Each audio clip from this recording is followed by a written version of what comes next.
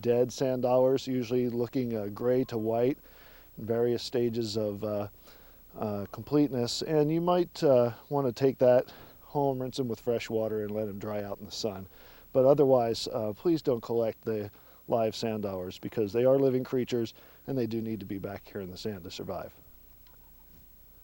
This little gelatinous mass here is a group of sculpin eggs. There's several species of sculpins. They live in the intertidal zone and they will get together and breed and lay these egg masses. It'll take a few weeks for the eggs to hatch out, and then the young will find their way into the sand to hide out until they're large enough to fend for themselves. Well, a lot of times you'll also see on the beach these little volcanoes with holes in the middle. It's kind of hard to tell whether you're going to find a clam in there or a sand shrimp or mud shrimp, but we'll dig into this one and see what we find. Now, just like I said with the sand dollars, it's really important anytime you dig a hole in the beach to replace the sand kind of the way you found it, and that way anything that might have been displaced by your digging will not be hurt. Here's a young bent nose clam. They start out without a bent nose, but as they get larger, the top shell where the siphon comes out begins to bend to one direction. And here's the shell of a cockle. It's another bivalve, another small clam that can actually get up to about that size, maybe weigh a half a pound or more. And you'll often find cockles used to make clam chowder, along with some of the larger clams like horse clams and gooey ducks. There's a number of worms that will dig into the sand, and they'll use a mucus that they secrete, and they'll use the smallest sand and mud grains to cement them together into a tube, and that tube becomes their home. So you can see this worm tube that went a good 6 inches down into the sediment, but the worm doesn't seem to be home, or he's dug himself out of the way. The worm is a really important food source for a lot of the migrating shorebirds. We've seen some yellowlegs here on the beach and some other sanderlings and things like that are going to move across the shore. They're going to find these tubes and they're going to rip the whole thing out much faster than I could, and they'll be able to tear the tube open and get the worm out. This is the shed exoskeleton of a Dungeness crab. Dungeness crab will come into shallow areas like this and use the osmotic pressure of the fresh water to help break their shells open. This is a horsehair crab, and that shell will stay soft for the next 24 hours or so. While it hardens up, they'll hide or bury into the sand, and then they'll kind of grow into the next one inside. One of the more common marine algae in the intertidal zone is sea lettuce, and I call it sea lettuce because it's actually pretty tasty.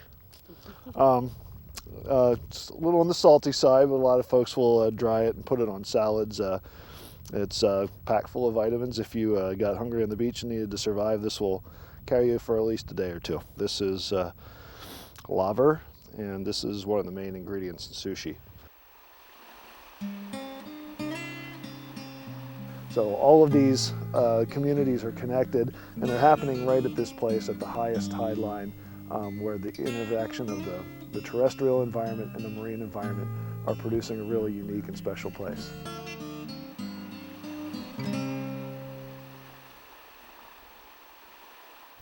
Today, we're out to take a look at some of the shorelines of Thurston County and some of the development that's taken place along our shorelines.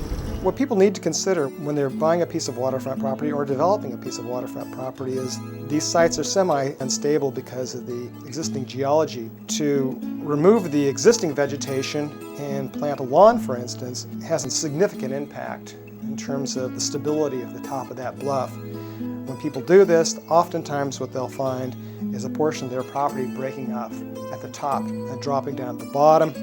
You'll get slide events that you wouldn't normally see on adjacent pieces of property.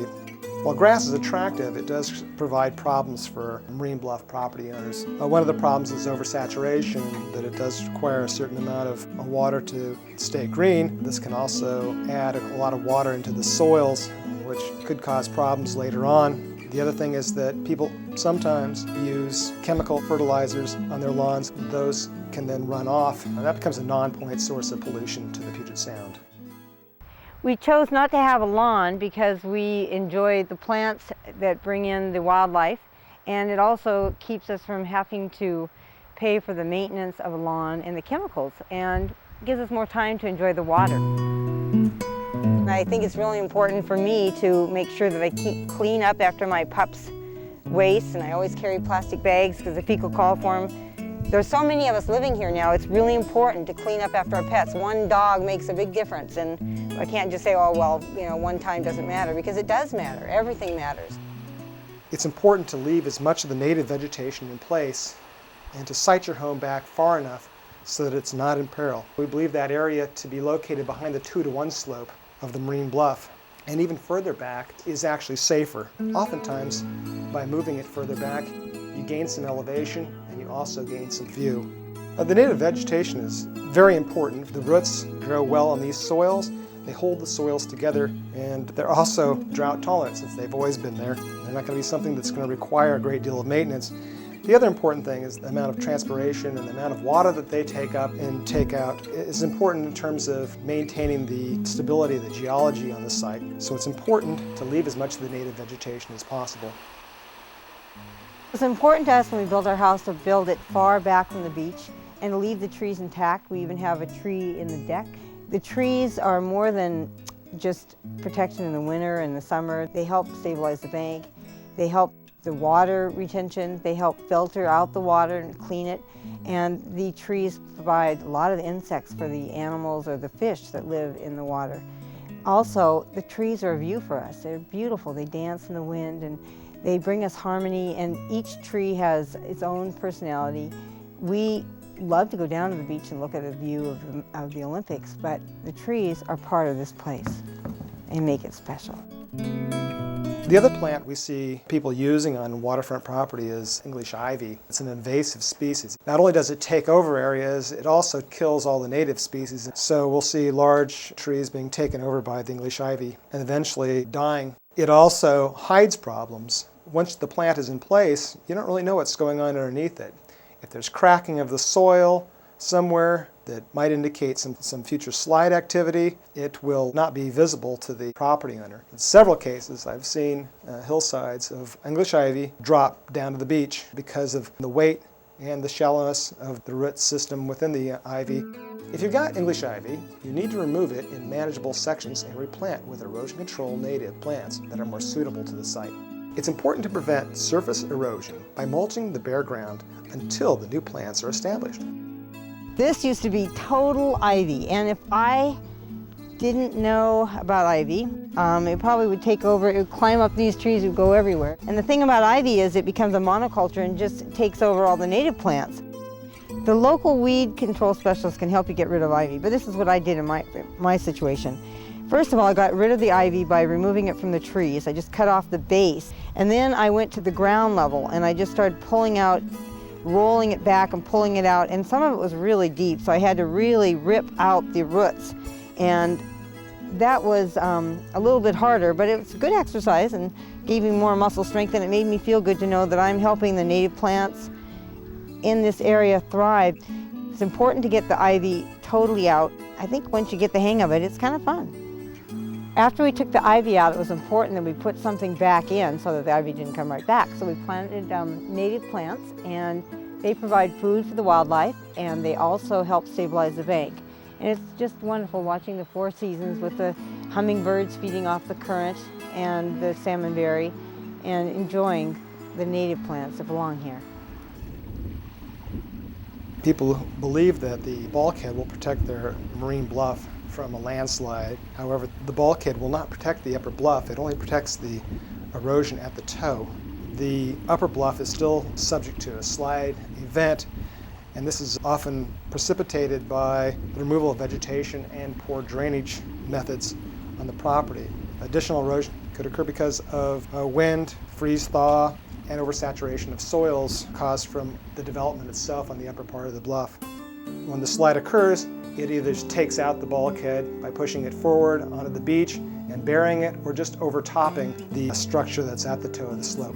People see a greater amount of erosion occurring adjacent to a concrete bulkhead. This occurs when you get the energy reflecting off the concrete structure and then down on the beach. Not only does it erode in front of the bulkhead, but it also erodes the adjacent property as well. Then the adjacent property owner is in with an application for a concrete bulkhead, indicating that they have erosion now that they didn't have before because of the structure, and they need something to protect their toe, and so on, and somewhat of a domino effect. The use of an alternative method of toe protection using root wads or other large woody debris with some rock helps provide a habitat for the upper intertidal area, as well as are deflecting energy away from the toe of the slope. And in the meantime, the bluff has been able to provide sediment to the beach so that the beaches can be maintained in a natural state. We see a lot of erosion and some slide activity occurring, primarily in areas where people have not protected their upland properties by using some sort of stormwater drainage devices, such as a tight line or a way of transferring the water from the built environment down to the beach successfully. Typically the tight line will transfer the water from the roof drains, as well as where there's an impervious surface, that the water will then go into the drains and then be conveyed to the beach. If not correctly installed, these lines can cause more problems for the upland property as far as slide activities. In the past, we've seen slide events occur where the tight line breaks because of the type of material used, in which case now we have a very nervous homeowner who's located precariously on top of a marine bluff. Where the house was 50 feet from the top of the bluff, it's now 20 feet from the top of the bluff.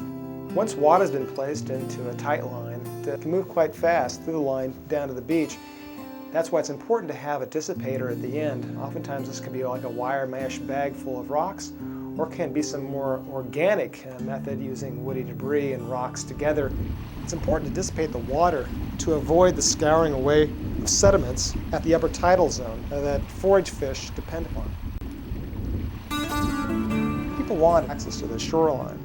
We prefer that property owners work together or create a common access in a location that has the least amount of impact along the shoreline. Problems associated with shoreline access are large stair structures having to be constructed, requiring the removal of a lot of native vegetation and possibly adding to the instability of the marine bluff. By creating a shared access at maybe the lowest point along the shoreline, they can provide a multiple usage of one stairway as opposed to, say, 4 or 5, and that reduces both the cost and the maintenance for all the property owners who use that access. People who have waterfront property oftentimes think they need a bulkhead to create a landing to get to the beach. One can easily place a structure at the toe of the bluff without having to have any type of bulkhead whatsoever to gain access to the beach. I can come home from a busy day and it's just so refreshing to hear the eagles and see the loons and grebes and the canopy, and not have to worry about pruning or my bulkhead, but letting things just naturally take their place and just watch what happens. It's just a blessing.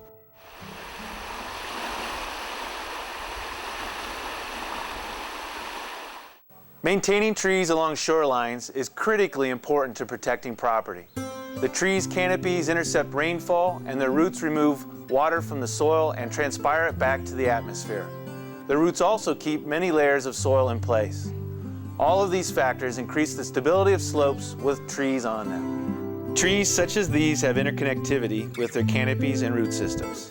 So when people cut down all their trees except one, that remaining tree has lost its support network and is much more likely to blow down in the next big windstorm. It's best to leave clusters of trees as they appear in nature and to address any problems using pruning techniques.